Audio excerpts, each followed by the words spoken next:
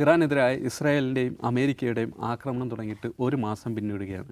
ഇതോടൊപ്പം തന്നെ ട്രംപ് നിരവധി പ്രസ്താവനകൾ അതേണക്കൊപ്പം വിവാദങ്ങൾ കൂടിയിട്ട് അദ്ദേഹത്തിൻ്റെ വാക്കുകൾ നിഴലിക്കുന്നുണ്ട്. ഏറ്റവും പുതുതായിട്ട് അദ്ദേഹം പറയുന്നുണ്ട് ഗാർഗ് ദ്വീപ് പിടിച്ചെടുക്കുക തന്നെയാണ് അതിൻ്റെ ലക്ഷ്യം. അതുകൂടാതെ തന്നെ ഇറാനിലെ എണ്ണ തന്നെയാണ് കൈക്കലാക്കാൻ ആഗ്രഹിക്കുന്നതെന്നടക്കമുള്ള ട്രംപിൻ്റെ ഏറ്റവും പുതിയ ഇൻ്റർവ്യൂവിൽ അദ്ദേഹം വ്യക്തമാക്കുന്നുണ്ട്.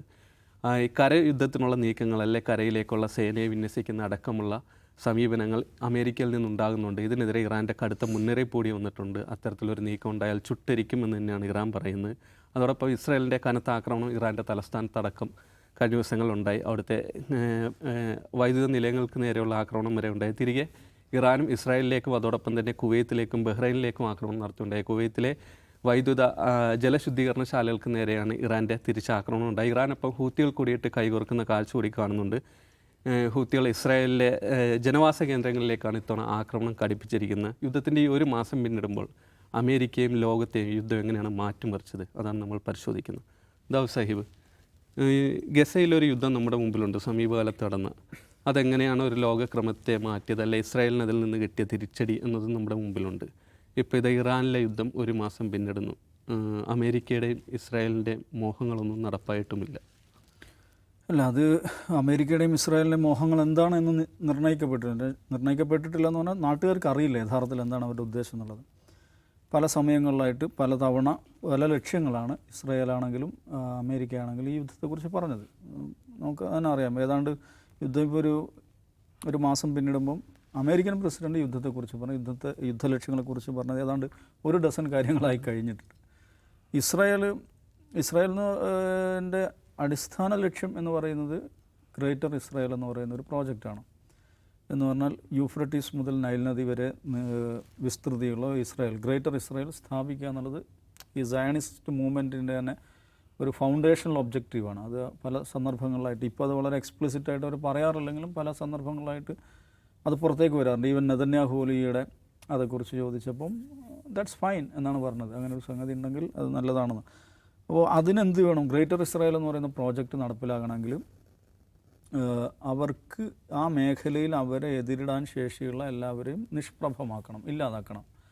അപ്പോൾ അതിൽ ഇപ്പോൾ ഇറാഖ് ആ നിലക്ക് ഇസ്രായേലിനോട് എതിരിടാൻ ശേഷിയുള്ളൊരു രാജ്യമായിരുന്നു. അതിനെ 91-ൽ തകർത്തു. നമുക്കറിയാം, അത് വെപ്പൺസ് ഓഫ് മാസ് ഡിസ്ട്രക്ഷൻ എന്ന് പറഞ്ഞിട്ടുള്ള ഒരു ആഖ്യാനം സൃഷ്ടിക്കുന്നു. വലിയ തോതിൽ ലോകതലത്തിൽ അത് ക്യാമ്പയിൻ നടക്കുന്നു. കോളിൻ പവൽ എന്ന് പറയുന്ന അന്നത്തെ US-ൻ്റെ സെക്രട്ടറി തന്നെ ഈ ഐക്യരാഷ്ട്രസഭയിൽ ഒരു വയലുമായിട്ടൊരു ചെറിയ കുപ്പിയുമായിട്ട് വരികയാണ്. അതിനകത്ത് ഈ ഇറാഖിൻ്റെ രാസായുധത്തിൻ്റെ സാമ്പിളാണിതെന്ന് പറഞ്ഞിട്ട് പുള്ളി ഐക്യരാഷ്ട്രസഭയിൽ പ്രസംഗിക്കുകയൊക്കെ ചെയ്യുന്നുണ്ട്. പിന്നീട് മനസ്സിലായത് അത് നുണയായിരുന്നു, സമ്പൂർണ്ണമായ നുണയായിരുന്നു. ഈ WMD എന്ന് പറയുന്നത്, വെപ്പൺസ് ഓഫ് മാസ് ഡിസ്ട്രക്ഷൻ എന്ന് പറയുന്നത് നുണയായിരുന്നു എന്ന് തെളിയിക്കപ്പെട്ടു. അങ്ങനെയാണ് വലിയ തോതിൽ അതിനെതിരായിട്ടുള്ള പ്രതിഷേധം ബ്രിട്ടനിലുണ്ടായപ്പോൾ ബ്രിട്ടൻകാർ ഈ യുദ്ധത്തിൽ പങ്കാളിയായിട്ടുള്ള അവരുടെ അന്ന് ടോണി ബ്ലെയറിനെ വിളിച്ചത് ടോണി ലയർ എന്നാണ്. ടോണി ലയർ എന്ന ഒരു പേര് തന്നെ ടോണി ബ്ലെയറിന് വരാൻ കാരണം ഈ WMDയുമായി ബന്ധപ്പെട്ട ക്യാമ്പയിനിൽ ഏറ്റവും കൂടുതൽ മുന്നിൽ നിന്നൊരു കക്ഷി പുള്ളിയായിരുന്നു. അപ്പോൾ അങ്ങനെ ഒരു ആഖ്യാനം സൃഷ്ടിച്ച് ഇറാഖിനെ തകർത്തു. അത് ഇസ്രായേലിന് വേണ്ടിയിട്ടായിരുന്നു ചെയ്തത്. പക്ഷെ ഇപ്പോൾ നമ്മൾ കാണുന്നത് എന്താണെന്ന് വെച്ചിട്ടുണ്ടെങ്കിൽ 1991-ൽ ഇറാഖിനെ ആക്രമിക്കാൻ അങ്ങനെ ഒരു ആഖ്യാന നിർമ്മിതിയെങ്കിലും ഉണ്ടായിരുന്നു. പക്ഷേ ഇപ്പോൾ ഇറാൻ ആക്രമിക്കാൻ അങ്ങനെ ഒരു ആഖ്യാന നിർമ്മിതിയുടെ ആവശ്യം പോലും ഇല്ല. നമുക്ക് നേരെ അങ്ങ് പോയി ആക്രമിച്ചേക്കാം. അതുതന്നെ നമ്മളറിയണം, ഇറാനുമായി അമേരിക്ക ഒരു ചർച്ച നടത്തിക്കൊണ്ടിരിക്കുകയാണ് ഈ ആക്രമണം നടക്കുന്നത്. അപ്പം ധാർമ്മികമായോ രാഷ്ട്രീയമായോ അല്ലെങ്കിൽ നിയമപരമായോ എന്തെങ്കിലും ഒരു പിൻബലമുള്ള ഒരു സംഗതിയല്ല, തീർത്തും ഏകപക്ഷീയമായ ഒരു ഇസ്രായേലിൻ്റെ സാമ്രാജ്യത്വ മോഹങ്ങളെ തൃപ്തിപ്പെടുത്താൻ വേണ്ടി നടത്തിയ ഒരു കുടിലമായ ചെയ്തി എന്നതിലപ്പുറം ഒരു വ്യാഖ്യാനം ഇതിനകത്തില്ല. പക്ഷേ അവരുടെ പ്രതീക്ഷ ഇത് നടക്കും, തങ്ങളുടെ ലക്ഷ്യങ്ങൾ വിജയിക്കുമെന്നായിരുന്നു. അത് ഫസ്റ്റ് ഡേ തന്നെ അവർ ഇറാനിയൻ ലീഡർഷിപ്പിനെയാണ് ഇല്ലാതാക്കുന്നത്. ഇറാനെ സംബന്ധിച്ചിടത്തോളം അവരുടെ top military leadership, top political leadership അത് ഇല്ലാതാകുകയാണ് ചെയ്തത് ഒരു ഫെബ്രുവരി 28 ഒരു അപ്രതീക്ഷിതമായ ആക്രമണത്തിലൂടെ. പക്ഷേ ഇറാൻ തൊട്ടടുത്ത ദിവസം 6 രാജ്യങ്ങളെ ആക്രമിക്കുകയാണ് ചെയ്തത്. അത് ഒരുപക്ഷെ ലോകചരിത്രത്തിൽ അപൂർവമായൊരു സംഭവമാണ്. ഒരു രാജ്യം ഒരൊറ്റ ദിവസം 6 രാജ്യങ്ങളെ ഒന്നിച്ചാക്രമിക്കുക എന്ന് പറഞ്ഞാൽ അതിൻ്റെ അർത്ഥം എന്തായിരുന്നു?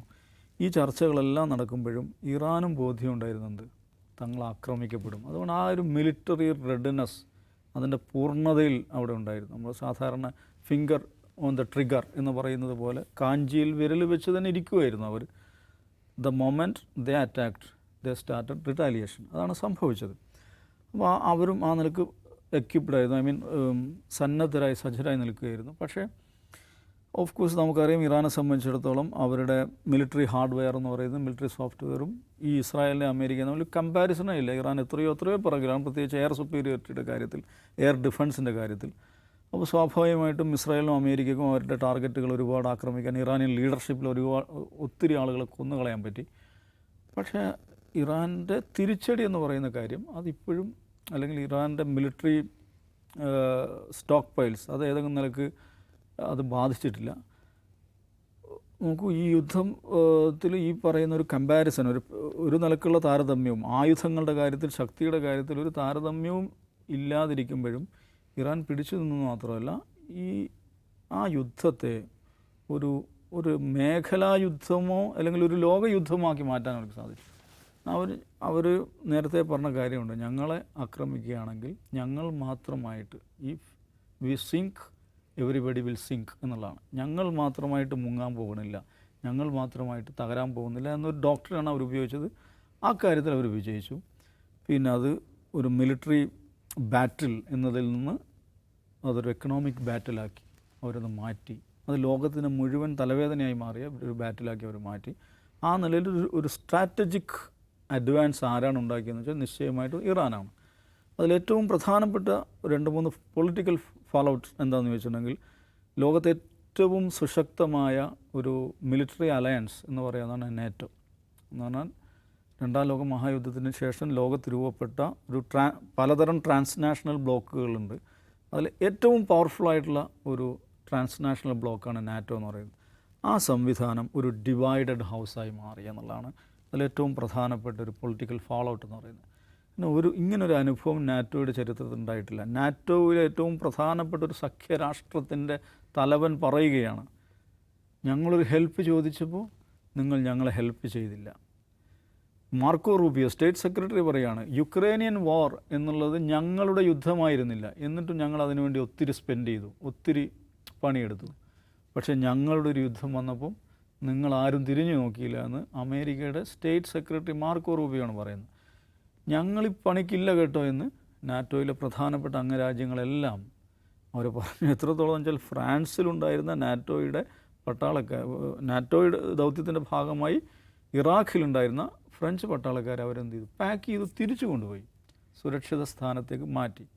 അപ്പോൾ അത് വളരെ പ്രധാനപ്പെട്ട ഡെവലപ്മെൻറ്റാണ്. ലോകത്തെ ഏറ്റവും പവർഫുള്ളായിട്ടുള്ള ഒരു മിലിറ്ററി ബ്ലോക്ക് എന്നത് ഒരു ഡിവൈഡഡ് ഹൗസായി മാറി. അതിനകത്ത് ട്രസ്റ്റ് ഡെഫിസിറ്റ് എന്ന് പറയുന്ന ഒരു സംഗതി ഉണ്ടായി.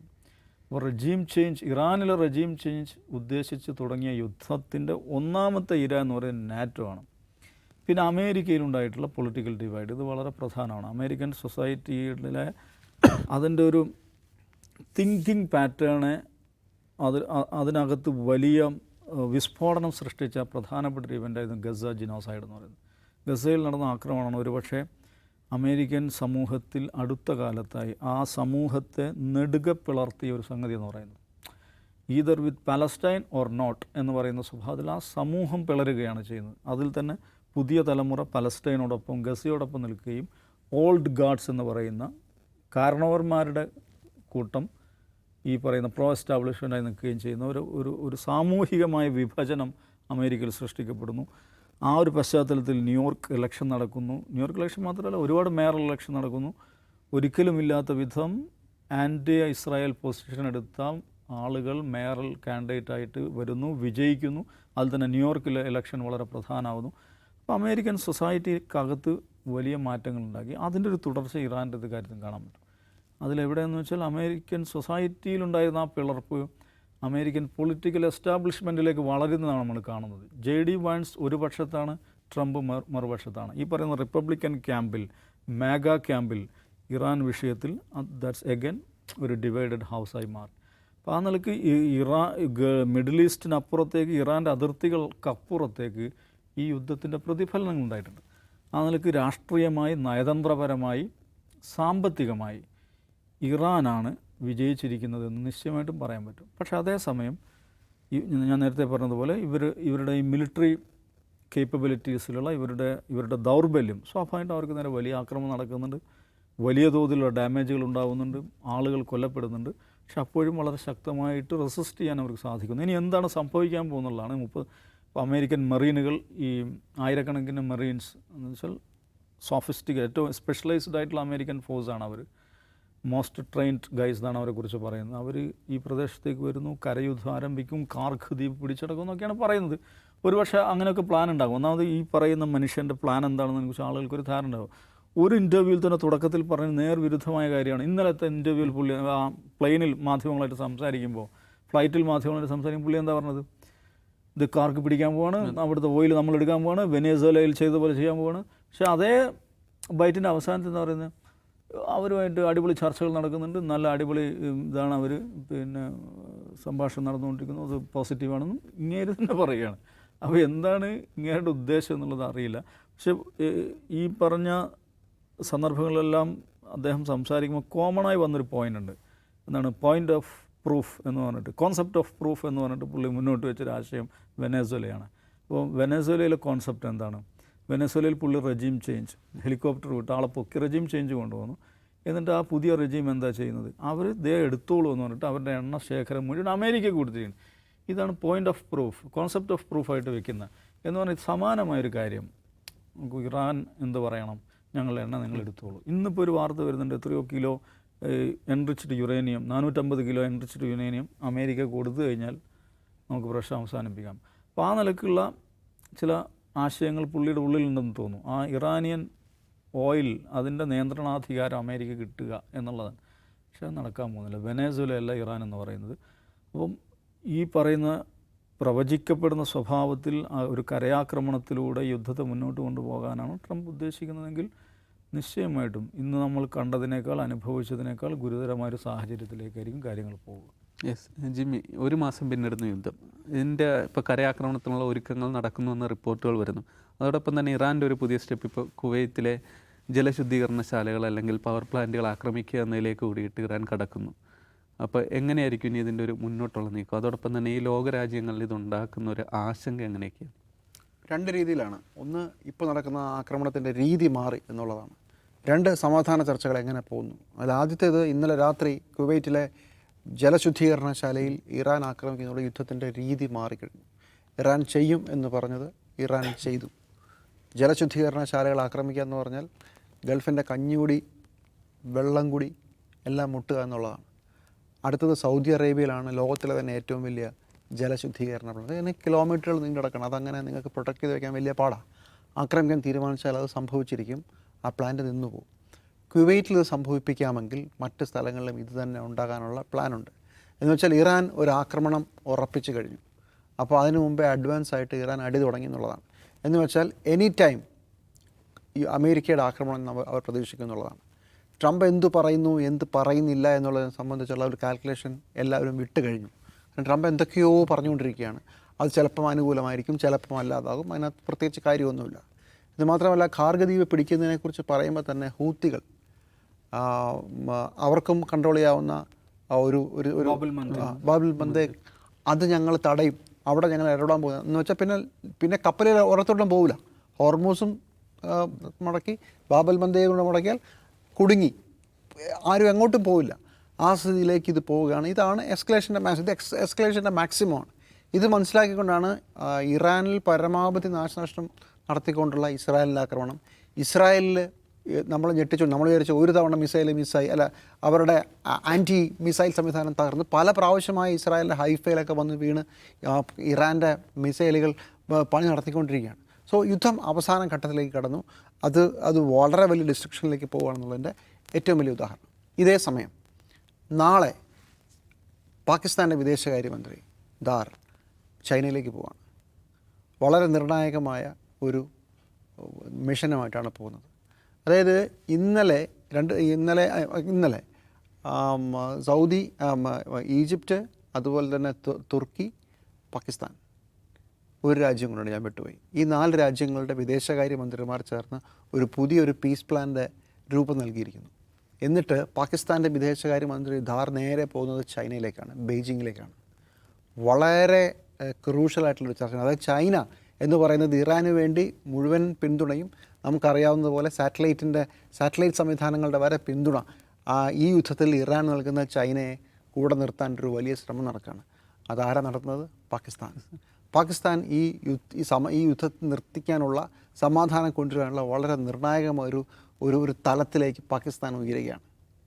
പാകിസ്ഥാൻ പോലെ നമ്മളാരും വളരെ നിസ്സാരം എന്ന് വിചാരിച്ചിരുന്ന ഒരു രാജ്യം, പാകിസ്ഥാനുള്ള ഗുണം പാകിസ്ഥാന് ഇറാനുമായി അത്ര നല്ല ബന്ധമായിരുന്നില്ല യുദ്ധത്തിന് മുമ്പ് വരെ. പക്ഷേ അത് ഓക്കെ ആയി. ചൈനയായിട്ട് നല്ല ബന്ധമുണ്ട്, അമേരിക്കയുമായി വളരെ മുമ്പേ ബന്ധമുണ്ട്. അതുകൊണ്ടാണ് പാകിസ്ഥാൻ പ്രധാനമന്ത്രിയെ വിളിക്കുകയും പാകിസ്ഥാൻ്റെ സൈനിക തലവൻ മുനീറിനെ ട്രംപ് അങ്ങോട്ട് ക്ഷണിക്കുകയും ചെയ്തു. ഇത് വേറെ രീതിയിലുള്ള നെക്സസ് നടന്നുകൊണ്ടിരിക്കുകയാണ്. America, Pakistan, China. 1971 Henry Kissinger ഇതുപോലെ ഒരു ഇസ്ലാമാബാദ് ബെയ്ജിങ് യാത്ര നടത്തിയതിനെക്കുറിച്ച് ചരിത്രത്തിലുണ്ട്. കോൾഡ് വാർ എങ്ങനെയാണ് വേറൊരു രീതിയിൽ റീവയർ ചെയ്യപ്പെട്ടെന്നുള്ളതിൻ്റെ ചരിത്രം അവിടെ തുടങ്ങുന്നു.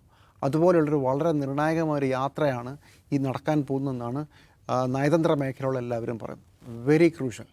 ചൈന കൂടെ ഈ സമാധാന ശ്രമങ്ങളുടെ ഭാഗമാക്കി മാറ്റാൻ അവർക്ക് കഴിഞ്ഞാൽ ഇറാൻ സമ്മതിക്കുമോ ഇല്ലെന്നുള്ള രണ്ടാമത്തെ കാര്യം. പക്ഷേ ഇറാൻ പറഞ്ഞാൽ കേൾക്കുന്ന നമ്മൾ വിചാരിക്കുന്ന രണ്ട് രാജ്യങ്ങളേ ഉള്ളൂ. ഒന്ന് റഷ്യയാണ്, മറ്റൊന്ന് ചൈനയാണ്. എന്താ കാരണം? ചൈനയാണ് ഈ കാര്യത്തിൽ നമ്മൾ നേരത്തെ പറഞ്ഞതുപോലെ ഈ യുദ്ധം നടക്കുന്നതിന് കുറച്ചു മാറി ചൈനയുടെ ഒരു ചാരക്കപ്പൽ, അതായത് പരമാവധി മിസൈൽ മൂവ്മെൻറ്റുകളെ മുഴുവൻ നിരീക്ഷിക്കാവുന്ന, അതിൻ്റെ ഗതിവിഗതികൾ പിടിക്കാവുന്ന ഒരു കപ്പൽ സ്റ്റേഷൻഡാണ്, ഒരു പടുകൂറ്റൻ കപ്പൽ.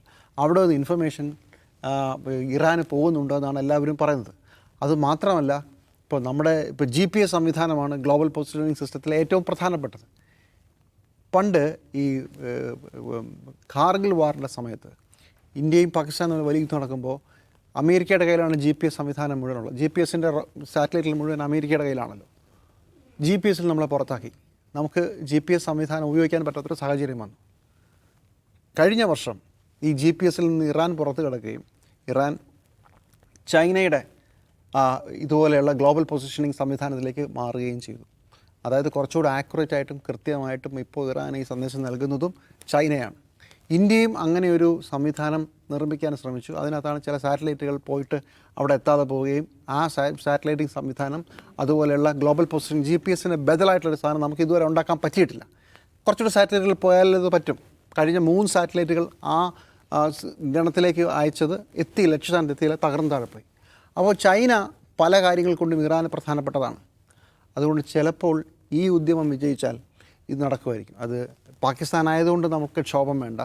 ഇത് നമ്മുടെ ലോകത്തിൻ്റെ മൊത്തം ഒരു സർവൈവലിനെ ബാധിച്ചിരിക്കുന്ന ഒരു വലിയ ഘടകമാണ്. ഇപ്പം ഇന്നലെ ഗൾഫിലുള്ള ഒരു സുഹൃത്ത് സംസാരിക്കുകയായിരുന്നു. അവിടെ പ്രശ്നം എണ്ണയും ഇതൊന്നുമല്ല. അവിടെ പ്രശ്നം കപ്പൽ വഴി വരുന്ന എല്ലാ സാധനങ്ങൾക്കും, ഇപ്പോൾ വലിയ വ്യവസായശാലകളുണ്ട്, ഒരുപാട് സംവിധാനങ്ങളുണ്ടല്ലോ, എല്ലാത്തിനും വില 4-5 ഇരട്ടിയാണ്. എന്ന് വെച്ചാൽ ഗൾഫ് ബേസ് ചെയ്തിട്ടുള്ള വ്യവസായങ്ങൾ, അവിടുത്തെയുള്ള വലിയ ബിസിനസ് ലോകം, അവരാരുമായിട്ടൊക്കെ കോൺട്രാക്റ്റുകൾ ഏർപ്പെട്ടിട്ടുണ്ടോ അത് മുഴുവൻ തകരുകയാണ്. ഒരു കോൺട്രാക്റ്റുകൾ മീറ്റ് ചെയ്യാൻ പറ്റാത്ത അവസ്ഥയാണ്. ഗൾഫിലുള്ള ഇന്ത്യക്കാർക്ക് പലർക്കും പറഞ്ഞു വെച്ച ജോലി കിട്ടുന്നില്ല, അല്ലെങ്കിൽ ജോലിയുടെ ഓഫറിൽ ശമ്പളം വളരെ കുറവാണ്. പലരോടും തിരിച്ച് നാട്ടിലേക്ക് പോകാൻ പറയുകയാണ്. യുദ്ധം നമ്മുടെ വീട്ടിനകത്ത് നമ്മുടെയൊക്കെ എക്കോണമിയെ ബാധിച്ചിരിക്കുകയാണ്. ഗൾഫ് വളരെ വലിയ സാമ്പത്തിക പ്രതിസന്ധിയിലേക്ക് പോവുകയാണ്. ഈ ഘട്ടത്തിൽ നാളത്തെ യാത്ര വളരെ നിർണായകമായിരിക്കും. ട്രംപ് പറഞ്ഞ രണ്ടാമത്തെ ഡെഡ് ലൈൻ ഇനി 7 ദിവസമേ ബാക്കിയുള്ളൂ. അത് തകർന്നാൽ ട്രംപ് പാലിക്കുന്ന ആളാണെങ്കിൽ അടുത്ത ഈസ്റ്ററിന് അന്തിമ യുദ്ധം, അതായത് ഇറാനെ സംഹരിക്കുന്ന യുദ്ധത്തിലേക്ക് അമേരിക്ക പോകും. ലോകം അവസാനത്തെ പ്രതീക്ഷയിൽ നിൽക്കുകയാണ്. അത് ഈ 4 രാജ്യങ്ങളിലെ വിദേശകാര്യമന്ത്രിമാർ ചേർന്ന് ഒരുക്കിയ ഒരു പീസ് പ്രപ്പോസലാണ്. അതെന്താണെന്ന് നമുക്കറിയില്ല. അതുമായി പാകിസ്ഥാൻ്റെ വിദേശകാര്യമന്ത്രി ചൈനയിലേക്ക് പോകുന്നു. ബെയ്ജിങ്ങിൽ നാളെ ചർച്ചയാണ്. അത് ഈ യുദ്ധത്തിൽ വളരെ നിർണായകമായിരിക്കും. അതല്ലെങ്കിൽ വളരെ വലിയ പ്രത്യാഘാതങ്ങളോടുകൂടി അങ്ങോട്ടും ഇങ്ങോട്ടും നശിപ്പിക്കുന്ന പ്രവണത തുടങ്ങിക്കഴിഞ്ഞു. ഇന്നലെ കുവൈറ്റിലെ ജലശുദ്ധീകരണശാലയാണെങ്കിൽ നാളെ മറ്റ് സ്ഥലങ്ങളിലേക്കും പോകും. അത് പ്രകോപിതരായി ഇറാനെ തവിട് പൊടിയാക്കുന്ന പരിപാടി ചിലപ്പോൾ വളരെ നേരത്തെ തുടങ്ങും. കാർഗിൽ ദ്വീപ് പിടിക്കാനുള്ള ശ്രമം ഉണ്ടായാൽ ഹൂത്തികൾ ഇറങ്ങുന്ന കഥ നമുക്കിപ്പോൾ തന്നെ ഹൂത്തികൾ പറഞ്ഞു കഴിഞ്ഞു. മൊത്തത്തിൽ നമ്മൾ കാണാൻ പോകുന്ന യുദ്ധമൊന്നും ഇപ്പോൾ കണ്ടുകൊണ്ടിരിക്കുന്ന യുദ്ധമല്ല, അതിനടുത്ത ഘട്ടത്തിലേക്കും വളരെ നശീകരണ സ്വഭാവമുള്ള ഒരു ഇതിലേക്കും പോകാനുള്ള എല്ലാ സാധ്യതയുമാണ് ഉള്ളത്. അതെ, യുദ്ധം നിലവിൽ നമ്മളെ ബാധിച്ചിട്ടുണ്ട്, നമുക്കെല്ലാവർക്കും അത് അറിയാവുന്നതാണ്. അതിൻ്റെ ഒരു അടുത്ത ഘട്ടം എത്രത്തോളം ഭീതിതമായിരിക്കും എന്നുള്ളതാണ് ഇനി അറിയാനുള്ളത്. കരയുദ്ധം തുടങ്ങിക്കഴിഞ്ഞാൽ അത് എവിടെ ചെന്ന് അവസാനിക്കും എന്നത് ആർക്കും പ്രവചിക്കാൻ കഴിയുന്നതുമല്ല.